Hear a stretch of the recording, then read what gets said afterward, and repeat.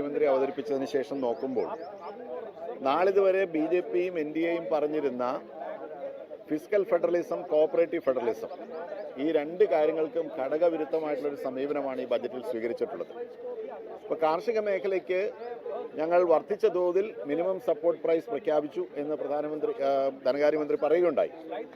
ഞാൻ ചോദിക്കുന്നു, ഇന്ന് കർഷകർ സമരം ചെയ്തുകൊണ്ടിരിക്കുകയാണ് ഈ രാജ്യത്ത്. ഇപ്പോഴും രണ്ടാം കർഷക സമരം നടന്നുകൊണ്ടിരിക്കുകയാണ്. അവരുടെ പ്രധാനപ്പെട്ട ഡിമാൻഡ് എന്താണ്? അവർ പറഞ്ഞത് 2006 സ്വാമിനാഥൻ കമ്മീഷൻ ശുപാർശ ചെയ്ത C2+50% ആ നിലയിൽ താങ്ങുവില പ്രഖ്യാപിക്കണം, മിനിമം സപ്പോർട്ട് പ്രൈസ് പ്രഖ്യാപിക്കണമെന്നാണ്. അതങ്ങ് പ്രഖ്യാപിച്ചാൽ മതിയായിരുന്നല്ലോ. ഞങ്ങൾ വർദ്ധിച്ച തോതിൽ MSP കൊടുത്തു എന്ന് പറയുന്നതിന് പകരം ഈ രാജ്യത്തെ കർഷകർ മുഴുവൻ ഒന്നടങ്കം ആവശ്യപ്പെടുന്ന, വർഷങ്ങളായി ആവശ്യപ്പെട്ടുകൊണ്ടിരിക്കുന്ന C2+50% ഫോർമുല അനുസരിച്ച് MSP ഞങ്ങൾ ഉറപ്പാക്കും എന്ന് ധനകാര്യമന്ത്രി പറഞ്ഞില്ല.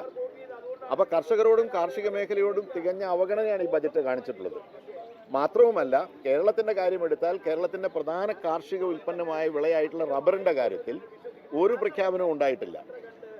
നമ്മുടെ ഡിമാൻഡ്, കേരളത്തിൻ്റെ ഡിമാൻഡ് എന്താണ്? റബ്ബറിന് 250 രൂപ താങ്ങുവില ഉറപ്പാക്കണമെന്നുള്ളതാണ്. ആ കാര്യത്തിൽ ഒരു പ്രഖ്യാപനവും ഉണ്ടായിട്ടില്ല. റബ്ബർ മേഖലയെക്കുറിച്ച് പോലും ഒരു പരാമർശനം ഉണ്ടായിട്ടില്ല. കേരളത്തെക്കുറിച്ച് പോലും ഒരു പരാമർശനം ഉണ്ടായിട്ടില്ല. കേരളത്തിൻ്റെ സാമ്പത്തിക പ്രതിസന്ധി കേന്ദ്ര ഗവൺമെൻറ് അടക്കം അംഗീകരിക്കുന്ന കാര്യമാണ്. കേരളം ഒരു പ്രത്യേക പാക്കേജ് 24,000 കോടി രൂപയുടെ ഒരു പാക്കേജ് ആവശ്യപ്പെട്ടിരുന്നു. ഒരു തീരുമാനം ആ കാര്യത്തിൽ പറഞ്ഞിട്ടില്ല. മാത്രവുമല്ല, എയിംസിൻ്റെ കാര്യത്തിൽ പ്രത്യേകിച്ച് ഒരു തീരുമാനവും പറഞ്ഞിട്ടില്ല. GST ഷെയറിംഗ്, റവന്യൂ ഷെയറിംഗ്, ഇന്ന് നിലവിലുള്ള 50-50 ആ റേഷ്യോ മാറ്റി 60-40 എന്നാക്കണം. കാരണം ഇപ്പോൾ GST നടപ്പിലാക്കിയതിന് ശേഷമുള്ള സ്പെഷ്യൽ അസിസ്റ്റൻസ് എല്ലാം നിർത്തിയ സാഹചര്യത്തിൽ 60-40 ആക്കണമെന്നുള്ള കേരളത്തിൻ്റെ ആവശ്യം പരിഗണിച്ചിട്ടില്ല. ഒരു പരിഗണനയും നൽകിയിട്ടില്ല. വിഴിഞ്ഞം international terminal, container terminal, international port ഈ രാജ്യത്തിൻ്റെ ഏറ്റവും അഭിമാന പദ്ധതിയാണ്. രാജ്യത്തിന് ഏറ്റവും കൂടുതൽ പ്രയോജനം ചെയ്യാൻ പോകുന്ന പദ്ധതിയാണ്.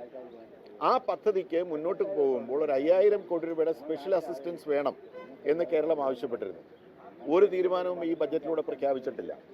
അപ്പോൾ അങ്ങനെ നോക്കുമ്പോൾ ഈ പറയുന്ന അതുപോലെ തന്നെ കേരളം പ്രധാനമായിട്ട് മുന്നോട്ട് വെച്ചൊരു ആവശ്യമാണ് ഈ ബോറോയിങ് ലിമിറ്റ്, വായ്പാ പരിധി ഉയർത്തണമെന്നുള്ളത്. നിലവിൽ 3% FRBM ആക്ട് പ്രകാരം. പക്ഷേ പ്രത്യേക സാഹചര്യത്തിൽ അത് ഉയർത്താനായിട്ട് കേന്ദ്ര ഗവൺമെൻറ്റിന് തീരുമാനമെടുക്കാനായിട്ട് കഴിയും. കോവിഡ് കാലത്ത് അങ്ങനെ ചെയ്തിട്ടുണ്ട്. അപ്പോൾ ഇന്നത്തെ സാഹചര്യത്തിൽ കേരളം മുന്നോട്ട് വെച്ചത്, അത് കേരളമെന്നല്ല, കടബാധ്യതയുള്ള എല്ലാ സംസ്ഥാനങ്ങൾക്കും വലിയ പ്രയോജനം ചെയ്യുന്ന കാര്യമാണ് 3%-ൽ നിന്ന് 3.5% വായ്പാ പരിധി ഉയർത്തുക എന്നുള്ളത്. ആ കാര്യത്തിൽ ഒരു തീരുമാനം ഈ ബജറ്റിലൂടെ ഉണ്ടായിട്ടില്ല. അപ്പോൾ അങ്ങനെ നോക്കുമ്പോൾ ധനകാര്യമന്ത്രി പറയുന്നത് കേരളത്തിന് ഷ്രിമ്പിൻ്റെ കാര്യത്തിൽ, ഷ്രിമ്പ് എക്സ്പോർട്ടിൻ്റെ കാര്യത്തിൽ ചില ആനുകൂല്യങ്ങൾ നൽകിയിട്ടുണ്ട് എന്നാണ്. ഷ്രിമ്പിൻ്റെ കാര്യമാണ് പറയുന്നത്. ചെമ്മീൻ കയറ്റുമതി മാത്രമല്ലല്ലോ കേരളത്തെ സംബന്ധിച്ചിടത്തോളം പ്രധാനപ്പെട്ട കാര്യമെന്ന് പറയുന്നത്. കാർഷിക മേഖലയെ അഡ്രസ്സ് ചെയ്തിട്ടില്ല, ധനകാര്യ പ്രതിസന്ധിയെ അഡ്രസ്സ് ചെയ്തിട്ടില്ല.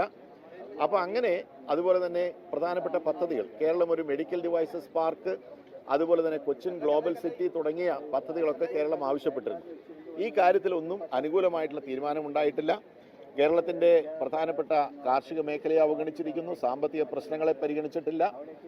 രാജ്യത്തിന് തന്നെ പ്രയോജനം ചെയ്യുന്ന വൻകിട പദ്ധതികളാണ് വിഴിഞ്ഞവും അതുപോലെ തന്നെ മെഡിക്കൽ ഡിവൈസസ് പാർക്കും all India institute of medical sciences തുടങ്ങിയ കാര്യങ്ങളിലൊന്നും ഒരു പരിഗണനയും നൽകിയിട്ടില്ല. അപ്പോൾ ഇവിടെ കോഓപ്പറേറ്റീവ് ഫെഡറലിസം, ഫിസ്ക്കൽ ഫെഡറലിസം എന്നൊക്കെ വെറുതെ വാചക കസർത്ത് നടത്തുന്നതിനപ്പുറം ഫലപ്രദമായി അത് നടപ്പിലാക്കാനുള്ള ഒരു നടപടിയും സ്വീകരിക്കാത്ത കേരളത്തെ സംബന്ധിച്ച് പറയുമ്പോൾ അങ്ങേയറ്റം നിരാശാജനകമായിട്ടുള്ള ഒരു ബജറ്റാണ് 2024-25 പൊതു ബജറ്റ് ധനകാര്യമന്ത്രി പാർലമെന്റിൽ അവതരിപ്പിച്ചത് എന്നാണ് കേരള കോൺഗ്രസ് പാർട്ടിക്ക് ഈ അവസരത്തിൽ പറയാനുള്ളത്.